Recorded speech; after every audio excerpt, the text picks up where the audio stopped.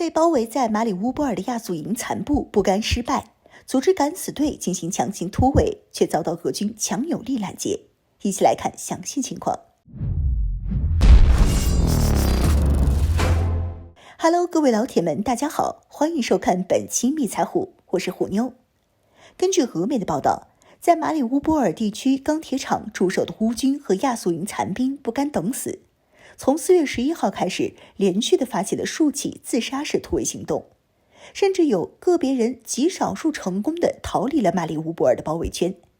不过，绝大多数的乌军和亚速营被俄军重创，伤亡惨重不说，人员还被进一步分割包围。俄媒认为，亚速营和乌军海军陆战队在钢铁厂已经是撑不下去了，弹尽粮绝。在守着这个钢铁厂，这些人迟早要让俄军围困至饿死。因此，求生的本能使他们不得不殊死一搏，押上全部筹码，也要尽量从包围圈中冲出去。亚速营和乌军海军陆战队打算以冒充俄军的方式，浑水摸鱼地从包围圈内突出去。乌军和亚速营在数十辆军车上涂抹成了俄军的 V 字母，以冒充微集群的方式，企图欺骗俄军的先头部队。但是乌军和亚速营的车队构成可谓是鱼龙混杂，有俄制的军车，也有美制的悍马越野车。俄军很快就发现了不对劲儿，随即对这些暴露的乌军进行猛烈的火力打击，乌军和亚速营伤亡惨重。而俄军也是进一步加强了马市的守卫兵力，除了车臣精锐部队、分部和 DNR 部队，在马市市区的俄军包括第150近卫摩步师的68坦克团和102步兵团，还有177海军步兵团和810海军独立步兵旅，总人数超过1万人。对马市残余的乌军和亚速营具有绝对的兵力和武器装备优势。作为俄军无论如何要拿下的重要战略目标，俄军对于马市的包围是全方位的，同时还有无人机进行战场的实时监控，所以城内的乌军和亚速营一举一动尽收眼底，亚速营只能着急干瞪眼。据称，此次参加突围的超过1000多人，包含亚速营和乌军海军步兵旅的残余人员，其中大部分乌军眼见逃生的机会无望后，只能选择放下武器弹药投降。当天累计有1000名乌军宣布投降，他们已经精疲力尽，部分人连走路的力气都已经没有了。这投降的1000多人乌军中，伤病员就占据40%以上，可以说是一支不折不扣的残兵败将。而且这些投降的部队士兵当中，真正意义上的战斗兵力就更少了，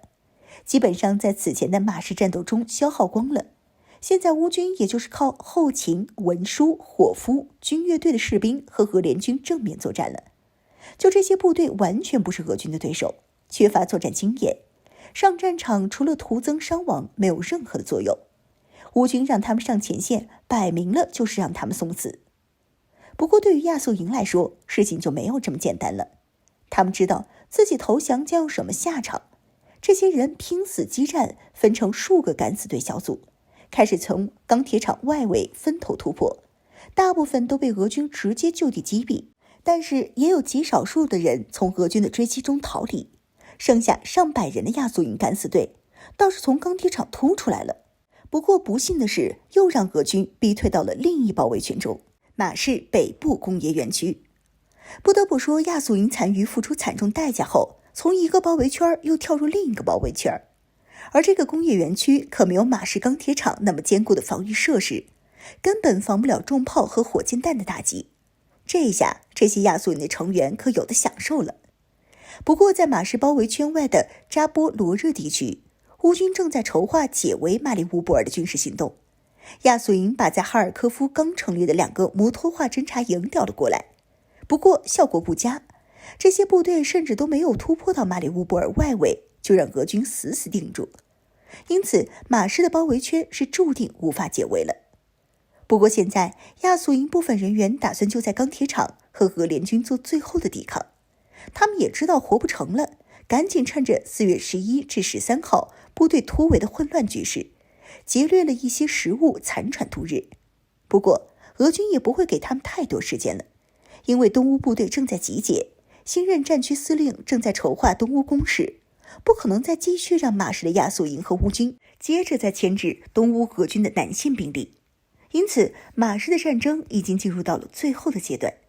俄军的最后攻势即将到来，这一击将彻底解放马里乌波尔市。